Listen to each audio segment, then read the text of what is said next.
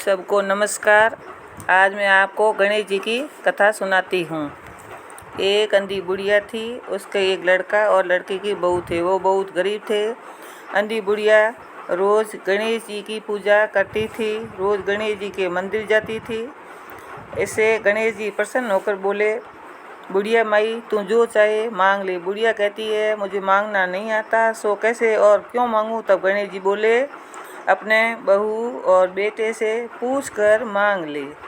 तब बुढ़िया ने अपने पुत्र और वधू से पूछा तो बेटा बोला कि धन मांग ले, और बहू ने कहा नाती मांग ले।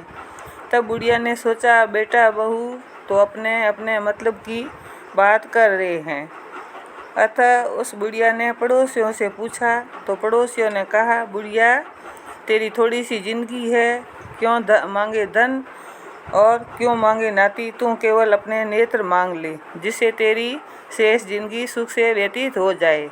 उस बुढ़िया ने बेटे और बहू तथा पड़ोसियों की बात सुनकर घर में जाकर सोचा, जिसमें बेटा बहू और मेरा सबका ही भला हो वह मांग लूं और मतलब की चीज़ भी मांग लूं। जब दूसरे दिन गणेश जी आए, बोले, बोल बुढ़िया क्या मांगती है। हमारा वचन है, जो तू मांगेगी सो ही पाएगी। गणेश जी के वचन, बुढ़िया के वचन सुनकर बुढ़िया बोली, गणराज यदि आप मुझ पर प्रसन्न हैं तो मुझे 9 करोड़ की माया दो, निरोगी काया दो, अमर सुहाग दो, आंखों में प्रकाश दो, नाती पोता दो और मेरे समस्त परिवार को सुख दे, अंत में मोक्ष दो। बुढ़िया की बात सुनकर गणेश जी बोले, बुढ़िया माँ तूने तो मुझे ठग लिया। खैर जो कुछ तूने मांग लिया है वह सभी तुझे मिलेगा। यह कहकर गणेश जी अंतर्ध्यान हो गए। ये गणेश जी महाराज, जैसा बुढ़िया माँ को मांगे अनुसार दिया सबका वैसे सबको दो, जो पड़े उसके मन पूर्ण हो। बोलो गणेश जी भगवान की जय। आज मैं आपको तीज माता की कथा सुनाती हूँ।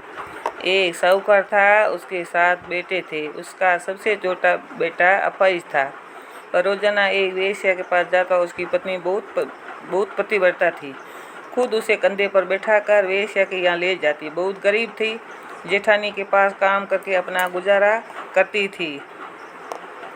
भाद्रपद के महीने में कजली तीज के दिन सभी ने तीज माता और व्रत और पूजा के लिए सातु बनाई। छोटी बहुत गरीब थी, उसकी सास ने उसके लिए भी एक सातु का छोटा पिंडा बनाया।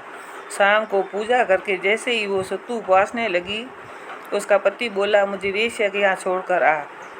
हर दिन की तरह उस दिन भी वह पति को कंधे पर बैठाकर छोड़ने गई, लेकिन वो बोलना भूल गया, तुम जाओ।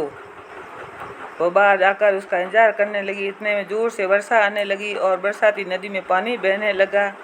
कुछ देर बाद नदी की आवाज़ से आवाज़ आई, आवतारी जावतारी, दोना खोल के पी पिया प्यारी होए। आवाज़ सुनकर उसने नदी की तरफ देखा तो दूध का दोना नदी में तैरता हुआ आता दिखाई दिया।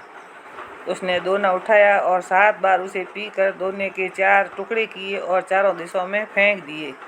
उधर तीज माता की कृपा से वेश्या अपना सारा धन उसके पति को वापस देकर सदा के लिए वहां से चली गई। पति ने सारा धन लेकर घर आकर पत्नी को आवाज़ दी, दरवाज़ा खोल।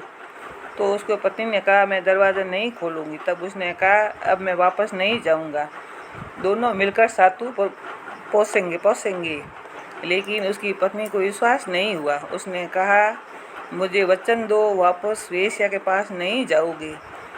पति ने पत्नी को वचन दिया और उसने दरवाज़ा खोला और देखा उसके पति गहनों और धन माल सहित खड़ा है। उसने सारे गहने कपड़े अपनी पत्नी को दिए। फिर दोनों ने बैठकर सातु पासा। सुबह जब जेठानी के यहाँ काम करने नहीं गई तो बच्चे बुलाने आए, काकी चलो सारा काम पड़ा है। उसने कहा, अब तो मुझ पर तीज माता की पूरी कृपा है, अब मैं काम करने नहीं जाऊंगी। बच्चों ने जाकर माँ को बताया, आज से काकी काम करने नहीं आएगी। उन पर तीज माता की कृपा हुई है। वह नए नए कपड़े गहने पहनकर बैठी और काका जी भी घर पर बैठे हैं। सभी लोग बहुत खुश हुए। हे तीज माता, जैसे आप उस पर प्रसन्न हुई वैसे ही सब पर प्रसन्न हो, सबके दुख दूर करना। बोलो तीज माता की जय हो।